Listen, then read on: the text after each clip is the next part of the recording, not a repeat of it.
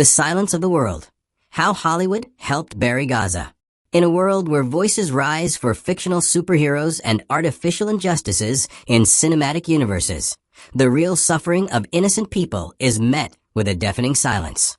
Gaza burns, and the world scrolls past.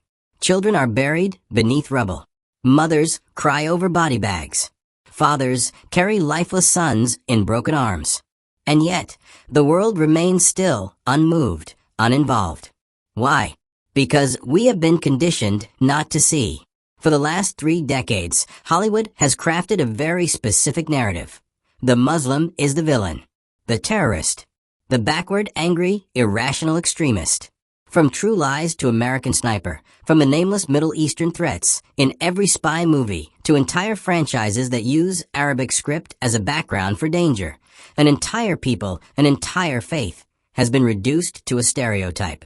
This is not a coincidence. It's a campaign of dehumanization. When Palestinians resist occupation, they are painted as aggressors.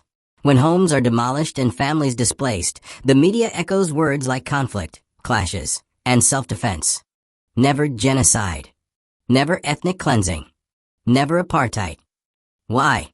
Because to say that would mean admitting that the so-called villains might actually be victims. That the people we've been trained to fear are just human beings. And Hollywood has worked hard to make sure that realization never comes. For 25 to 30 years, Muslim characters have rarely been protagonists, unless they renounce their culture. They are not allowed to be complex. They are not allowed to be loved without conditions. And above all, they are not allowed to fight for what is rightfully theirs without being labeled terrorists.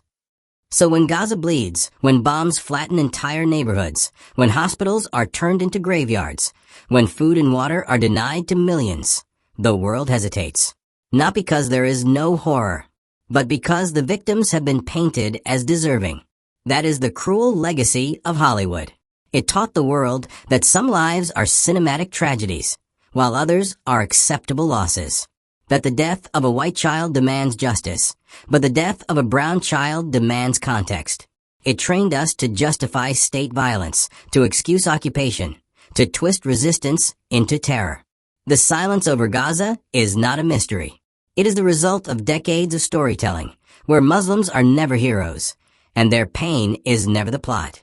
But stories can change. It is time to rewrite the narrative. It is time to see Palestinians as they are. Human beings under siege, not villains in someone else's film.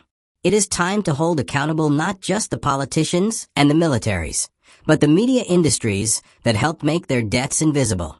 The world is silent, but we don't have to be. And we won't be.